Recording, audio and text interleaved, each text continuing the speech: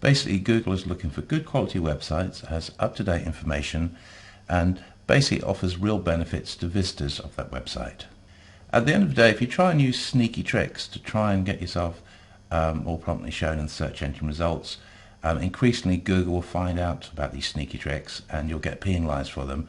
So don't be tempted to search for information about maybe black hat techniques or techniques that might give you a temporary boost in the search engines, because in the end Google will find out. It's much better to take a long view with SEO and play by the rules as laid down by SEO, and if you give Google what it wants, Google will reward you. It's as simple as that. White hat versus black hat SEO.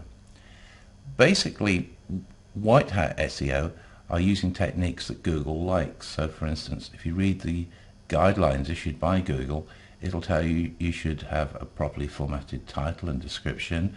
It will tell you to use your important keyword phrases within your websites in moderation, and there's a load of other stuff that Google will basically hint at that are techniques you should use. Black hat SEO, on the other hand, are basically using sneaky tricks to try and trick Google into promoting your particular websites or pages within the search engine results using sort of underhand means. And increasingly Google is getting very good at finding these black hat techniques. So for instance, an obvious example of a black hat technique would be maybe at the bottom of your web pages having your keywords listed over and over again.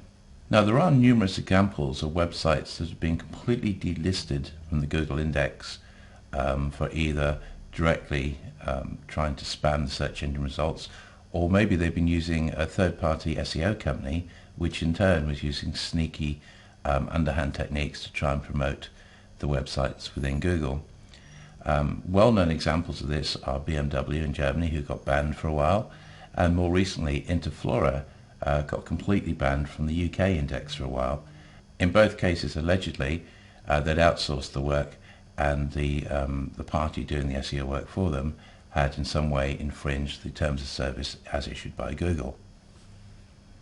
Now the Google Webmaster Guidelines, the good news is that if you bother to take the trouble to read them, Google does actually issue quite detailed guidelines about what you should and shouldn't do.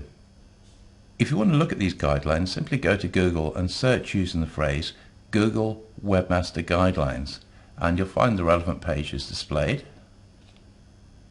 So here we have the Google Webmaster Guidelines, and as you can see there's quite a lot of detailed stuff here, but basically there's three different areas. There's design and content guidelines, there's technical guidelines, and there's quality guidelines. Design and content guidelines, as you can see, the first item there says make a site with a clear hierarchy and text links. Every page should be reachable from at least one static text link. So there it is, that's from Google. It's basically saying that Google likes text links, so that's a good piece of information. The next item says offer a sitemap to your users with links that point to the important parts of your website. If the sitemap has an extremely large number of links, you may want to break the sitemap into multiple pages. So basically this is a question where you can read between the lines. It's basically telling you that Google likes a sitemap, and a sitemap is simply a page on your website that basically lists other pages, important pages on your website. So it likes that, but it's also telling you, if you read between the lines, which is quite often important with Google, it's also telling you don't put too many links on one page, because Google doesn't like that.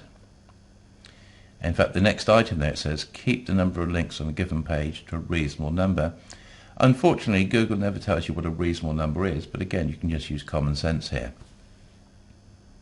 The next point says create a useful, information-rich site and write pages that clearly and accurately describe your content. So again, you have to read between the lines. What Google is basically saying here is write pages that basically relate to your product or service, and don't try and sort of sneak extra things in. That's what it's really telling you, because it does say accurately describe your content. So don't try and sneak extra bits and pieces in on a particular page just for the sake of SEO. Next thing it says, think about the words users would type to find your pages and make sure your site actually includes these words within it.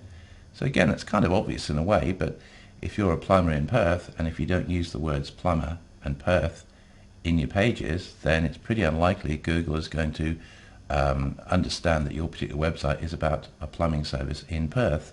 So again, a lot of this is kind of obvious, but you just got to think of it from a search engine's point of view. Content is king. Google is on record as basically saying what it's looking for is good quality websites with high quality information that's actually worth reading. If you just simply stuff your web pages with low quality information purely for the benefit of the search engines, then increasingly Google is wise to this and it will find this out. The other thing about having quality content, according to Google anyway, is that if you have good quality content, this will attract what's called natural linking. So if you've, let's say you've got a plumbing site and you've got some pages on there about general advice, how to fix leaky tap or whatever it happens to be, providing you provide the good quality information, the idea is that people will automatically start linking to your website as a good source of information, as a sort of reference source if you like.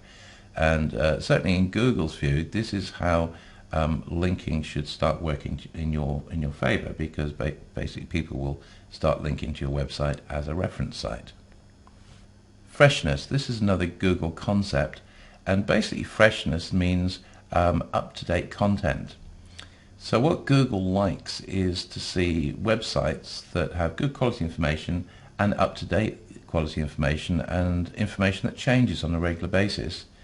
Now the way Google works is that initially Google will come to your website and it might just index the home page, and it'll take a snapshot of that and try and figure out what your site is about, and it'll start using that information in search engine results.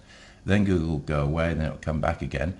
And the next time it comes back, if Google notices there's differences and things have changed, then basically Google says, well, this site has been maintained, it's been updated recently, it's got good quality content, and it's up-to-date quality content. So that's really what freshness is about. It's about quality websites that are updated on a regular basis, and Google will reward you for this. Now, loading speed. This is another thing that Google is quite keen on at the moment. It basically rewards websites that load faster than slow websites. At the end of the day, when you first display a website, it always takes a little bit of time to load. But you've probably all been to websites where, especially if they've got very large pictures, or maybe they've got some flash embedded in it or some other technology, sometimes it can take literally 5, 6, 7, 10 seconds to load.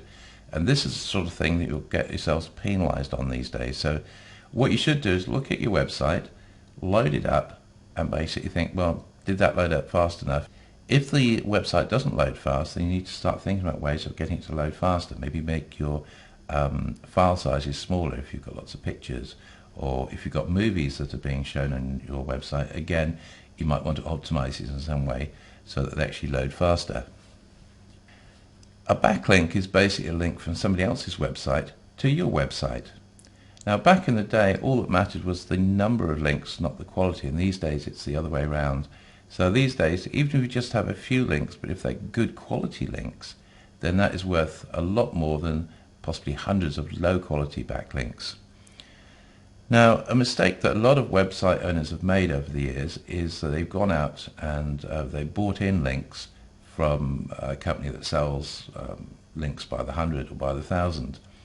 And these days, if you buy low quality links to your website, you'll find you can actually get penalized for this. This is a really bad idea these days. What you want are links from high quality sites. By high quality, I mean links from websites that have basically a high page rank, basically have a good standing, if you like. What you don't want are links from websites that are known as spammy websites, or sites that maybe host malicious software on them. Those are the sort of links you definitely do not want. And again, these days there is a whole industry in actually identifying the bad links to people's websites and getting rid of them. Interestingly, Google fairly recently introduced a new tool so that if someone was linking to you from a bad website area, then you could use what's called the disavow tool, and basically this wouldn't actually remove the link because that would be on somebody else's website, but you could ask Google to try and please ignore that link because it's been put in place, you've done your best to get rid of it, and if people won't remove the links to your website from bad areas, then the best you can do is ask Google to sort of overlook it, as it were. But as I say, quality is important, not quantity. These days it's very important to realize that having bad links from other sites to your website can actually harm your website these days. Internal linking. In the same way that you can link to other people's websites and other people's websites can link to you, you can also link between the pages within your website. And again, it's worth thinking about the structure of your website. So obviously you've got your home page, and then generally the important other pages would be things like the products page, or maybe the about us page, or something like that. So basically you want to make sure that you have clear text-based links to all your important web pages within your website. Using keyword phrases within your page text. It might seem obvious, but as an SEO company, we see this over and over again. People ring us up and say, well, we're, for the sake of argument, a plumbing company in Joondalup, and they say when we type in plumbing Joondalup, we're not, we just can't be found. We're just not there. And then when we go and actually investigate their websites, they might possibly have the word plumbing, but not the word Joondalup. And if you don't have specific text mentioned within your websites, then Google's not going to know about it. So, if you are a plumbing company in Joondalup, then it's kind of obvious in a way, but you must make sure that the words plumbing and plumbers and variations on that theme, that's contained within your website, along with the actual words like Joondalup or Perth or other associated suburbs. So again, it's really obvious when you think about it, but it's amazing how often we see this kind of mistake. So just make sure your important keyword phrases are actually listed within the text contained within your website. Titles and description that match page content. When people start researching SEO for themselves, pretty soon they discover the importance of what's called the page title and also the page description. But unfortunately, that's just half the story. You should make sure that you have a good page title and a good page description, and you should make sure that the title and description actually matches the content on every single page. So by extension from that, it basically means you need a different title and a different description on every single page. You should have unique titles and unique descriptions. And again, it's a very common mistake we see that when we go and look at people's web pages, every single page within the website has exactly the same title and exactly the same description, regardless of the actual content on each page.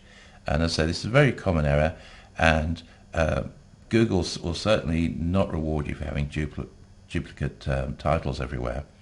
In fact, there are tools available from Google that will allow you to identify the fact you've got duplicate titles or duplicate descriptions on different pages that are using the same titles and descriptions. And that's a pretty good indication of the fact that Google doesn't like that sort of shortcut. You should have unique titles, unique descriptions for every single page.